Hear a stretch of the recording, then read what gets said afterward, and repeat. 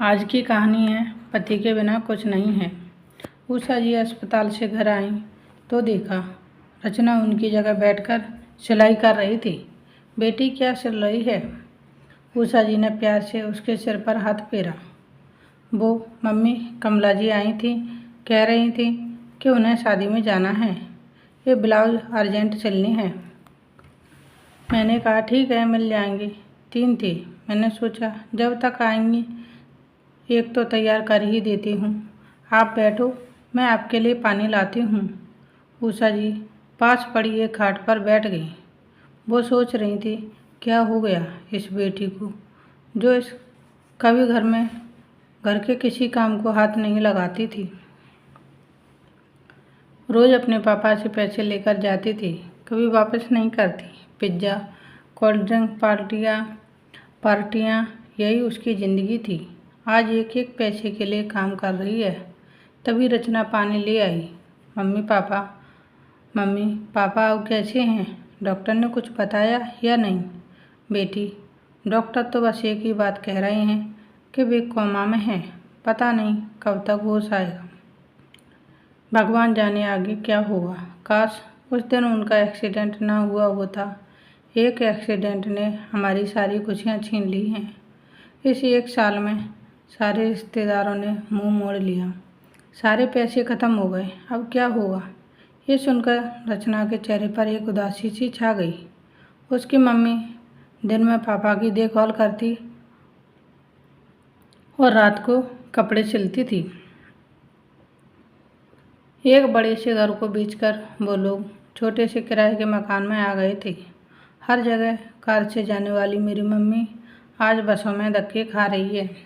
पापा का सारा बिजनेस उनके पार्टनर ने हड़प लिया। उन्हें पता है आज नहीं तो कल वे नहीं रहेंगे। इधर रिश्तेदार इस डर से नहीं आते कि कहीं हमसे पैसा ना मांग ले। कुछ देर सब सोचने के बाद उसने अपने पापा को संभाला और मम्मी से बोली, अपने आप को संभाला और मम्मी से बोली, मम्मी तुम चिंता मत करो, पापा ठीक होकर आएंगे तो सब ठीक कर देंगे, सब पहले जैसा हो जाएगा। और हाँ, एक बात आपको बताना भूल गई, यहीं पास ही में मुझे 2 बच्चे मिले हैं ट्यूशन के लिए। कल से दोपहर को उन्हें पढ़ा दिया करूँगी। ये सुनकर उषा जी के होठों पर फीकी हंसी आ गई। बेटी को डॉक्टर बनाने का सपना उसके पापा ने देखा था। आज वही बेटी अपना सपना भूलकर पढ़ाई छोड़कर अब ट्यूशन देने की बात कर रही है। ज़िंदगी में कब किसे क्या देखना पड़े ये किसी को नहीं पता।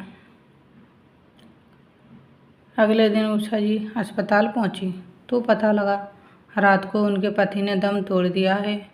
जो एक आखिरी उम्मीद थी वह भी चली गई। फिर शुरू हुआ वही 13 दिन का मेला।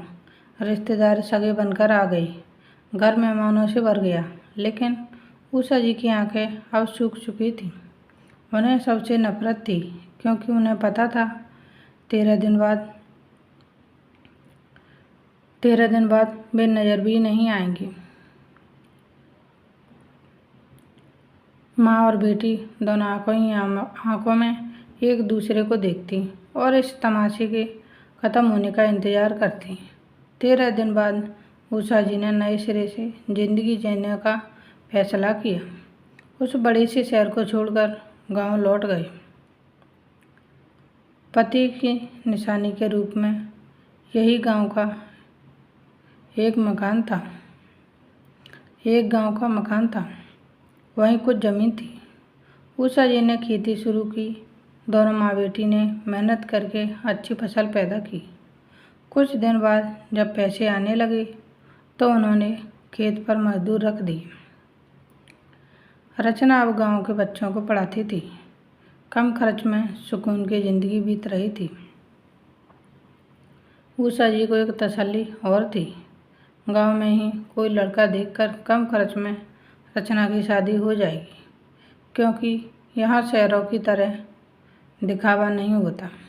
आज की कहानी यहीं ख़त्म होती है। मिलते हैं अगली स्टोरी के साथ। Thanks for watching. Please like, share and subscribe. धन्यवाद दोस्तों। Bye bye.